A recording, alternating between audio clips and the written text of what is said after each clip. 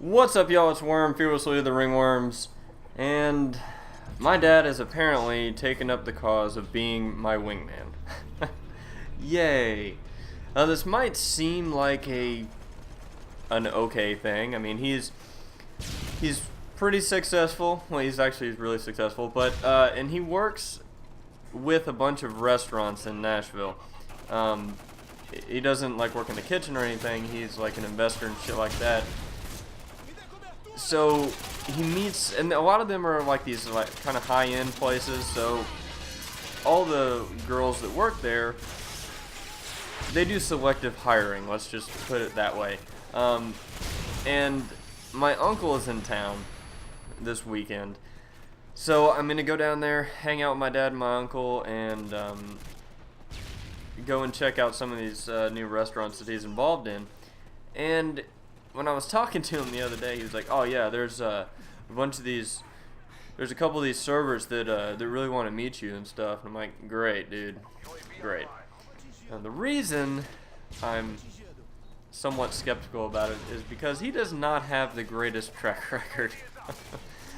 There was a time that I was single, and I think I was living with him, and at one of his restaurants, there was this chick that apparently he had said something about me to, or I don't know. But we ended up hanging out and stuff, and she was cool and all, I guess.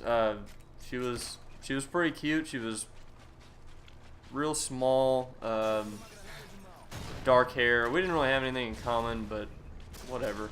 So we started hanging out, and doing things that you do when you hang. But and it was like, I don't know, we hung out for like 2 weeks, 3 weeks maybe, and I was working at this pizza place that her ex-boyfriend just happened to work at. I was cool with this guy. We were fine. I mean, we weren't like best friends or anything, but I mean, we were cool until I broke up with the girl. I don't think I was tired of her or anything like that. I had met Lindsay, and it was one of those things where me and this girl, we weren't really like boyfriend girlfriend or anything. It was just kind of, we were hanging out and spending every like weekend together, sort of like we'd hang out at least once a weekend, occasionally during the week. It wasn't anything like super serious or anything. A lot of the times, if we just randomly met up during the week, I was just buying her alcohol because I think she was like 20 or something, and then I was 21 maybe. I know I was over 21, but that was like the basis of our relationship, was just hang out for a little bit, do things, and then buy her alcohol, and that was it. There wasn't really any emotional attachment at all, on my part at least. And then one night I ended up going downtown because the guy, Efren Ramirez, Pedro from Napoleon Dynamite, he was, I don't know, he's like a DJ now or something, or he was at this point. He was doing the Vote for Pedro tour, and it was like right after the movie hadn't been out that long when he was doing this thing, so it was like, oh sweet, Pedro, dude, yeah. So I went down to Nashville, and it was like a Wednesday. Yeah, it was a Wednesday or something like that. And my buddy Matt ended up bringing Lindsay and her friend down there. He had called me or something to see what I was doing. I was like, yeah, I'm just downtown hanging out by myself at some bar, and Pedro's here. It's kind of weird. So he ended up bringing Lindsay and another friend of hers, and we just got stupid drunk. Stupid drunk. And somehow we all ended up back at their place, and I was so drunk that night that the next morning I woke up and I did not know where I was. Like, I knew where I was. I knew I was at their place, but the only problem was I had no idea where their place was, what city I was in, what town I was in, how to get to work. It was bad. Oh, double sit down. Both of them with Last Stand. Imagine that. But So anyway, after I had met Lindsay and stuff, and I was like, she seems pretty cool. So I called it off with the other girl. I was like, look, this isn't. I don't remember what I said. I know we met somewhere, and I bought her some.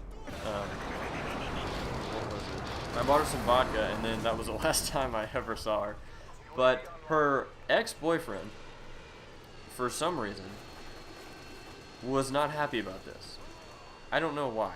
He for some reason had it in his mind that I had like just used her for sex and stuff, which not at all.